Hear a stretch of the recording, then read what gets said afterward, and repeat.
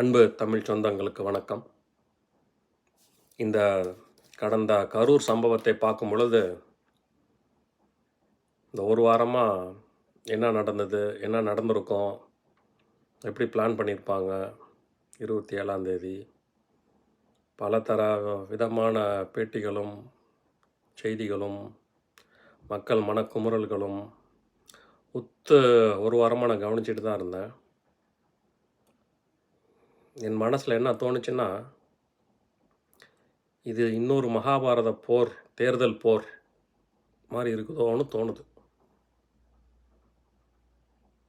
எப்பெல்லாம் அநியாயம், பொதுமக்களுக்கு அநீதி, ஒரு சரியான பாதுகாப்பு கொடுக்க தவறும் பொழுது அதிகார பலம் கொண்ட சில பேர் தங்களுடைய பேராசையின் காரணமாகவும், ஆணவத்தின் காரணமாகவும், அளவுக்கு அதிகமான பணத்தின் காரணமாகவும்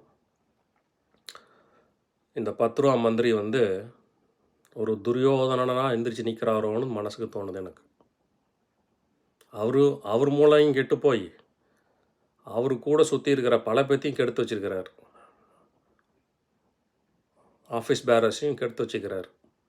ஒரு துரியோதனால தான் மகாபாரத போரே வந்தது. அந்த மாதிரி இருக்குது. இதை பொதுமக்களை காப்பாற்றுறதுக்கு கிருஷ்ணனா விஜயண்ணாவும் நம்ம தர்மரா எடப்பாடி ஐயாவும் வயசில் மூத்தவர், அரசியல் அனுபவத்தில் மூத்தவர், எதை எப்படி செய்ய வேண்டும்னு ஒரு தெளிவுள்ளவர், முதலமைச்சராக இருந்தவர். ஸோ தர்மராக என் கண்ணுக்கு தெரிகிறார் ஐயா எடப்பாடி. எல்லோராலும் நேசிக்கப்பட்டவராக தெரிகிறார் அண்ணன் விஜய் அவர்கள். கிருஷ்ண பரமாத்மனா வந்திருக்கிறாரு. இது மட்டும் இருந்தால் போதுமா? அர்ஜுன் வேணுமே. அர்ஜுனனாக நம்ம ஐபிஎஸ் அண்ணாமலை அவர்கள் பளிச்சுன்னு பதிலடிக்கிறார்.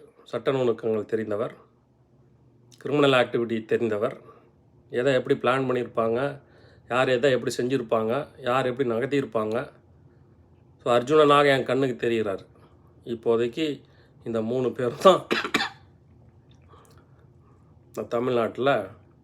இதெல்லாம் ஆரம்பித்தது யார்? 10 ரூபா மந்திரி. இருக்கலாம்,